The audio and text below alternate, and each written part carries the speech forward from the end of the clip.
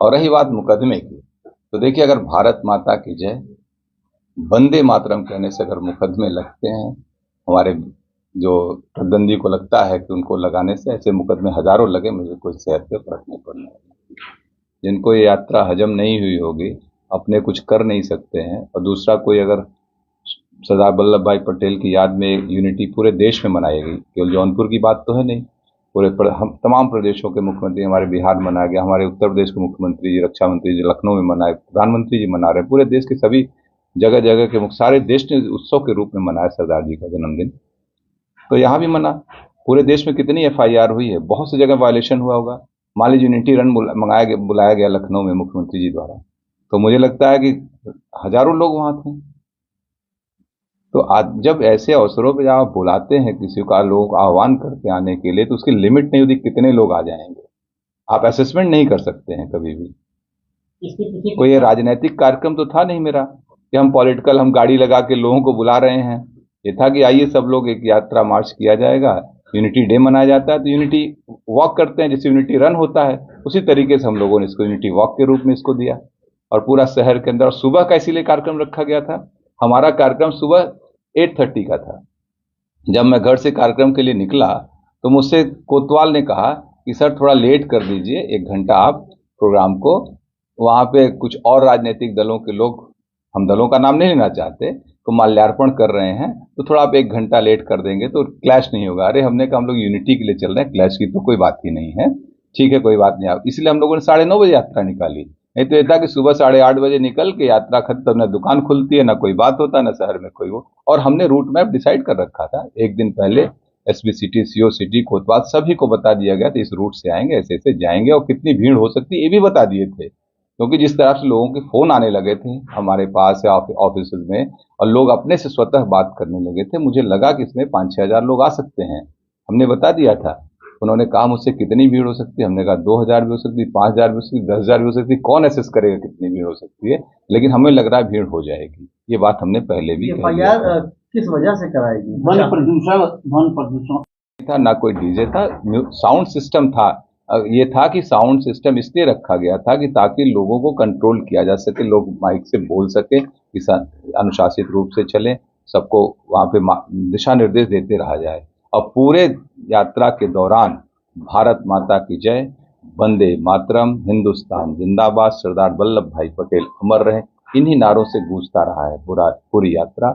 और किसी का कोई एक व्यक्तिगत न याद तो वो उसमें नारे लगे ना कोई बात नहीं। राजनीतिक द्वेष की बात आप कर रहे हैं जी।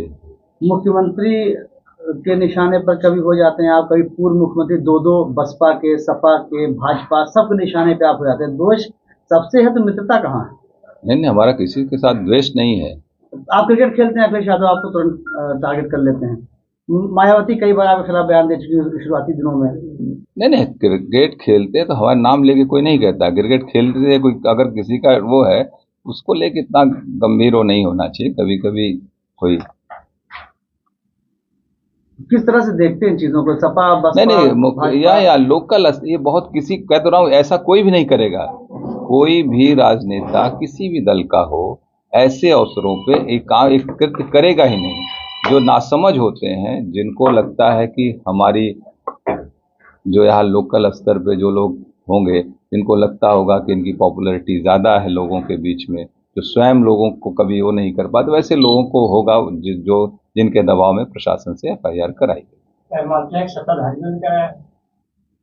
तो आज को ऐसी स्थितियां ही हैं कि बगैर सत्ताधारी के तो एफआईआर नहीं हो पाएगी। क्यों करेगा कोई? जो प्रशासन हमको इंतजाम दे रहा हो, वही प्रशासन एफआईआर 3 बजे क्यों कर देगा? एफआईआर करना तो सुबह कर देता, अनुमति ही नहीं देता मेरे यात्रा की। तो इसलिए हम प्रशासन को नहीं दोष दे सकते हैं। कभी कभी संख्या की संख्या से अधिक। मैं भी तो कह रहा हूं कि ऐसे मौकों पे आप एसेस नहीं कर सकते कितने लोग आए। इसीलिए मैंने स्पष्ट अपने जो अनुमति मांगी थी उसमें मैंने लिखा था कि यात्रा फला जगह से प्रारंभ होगी, फला जगह तक जाएगी। उसमें संख्या बल दिया ही नहीं गया था। और एक सेट प्रोफार्मा है प्रशासन का, वो जो है उसी पे लोग कर देते। आज भी कोविड के सारे नॉर्म्स के साथ परमिशन दिए जाते हैं, जबकि कोविड नॉर्म्स कहीं नहीं फॉलो किया जाता। कोई मास्क लगा घूम रहा है, कहीं सैनिटाइजर। कल तिरंगे का दिन था, शानदार तिरंगा यात्रा हुई। और सुनिए, ध्वनि प्रदूषण की जहां तक बात है, अभी देश में मेरा माटी मेरा देश एक सरकारी प्रोग्राम था। जगह जगह लोगों ने डीजे बजाते हुए गांव गांव जाकर मट्टी इकट्ठा की अमर शहीदों के उस पे जो स्थली बन रही दिल्ली में, और उसके साथ तिरंगा यात्रा लास्ट ईयर थी जब अमृत महोत्सव मनाया जा रहा था। पूरे जिले में तिरंगा यात्रा, हमने खुद कई जगह तिरंगा यात्रा का रुक रुक के स्वागत किया है।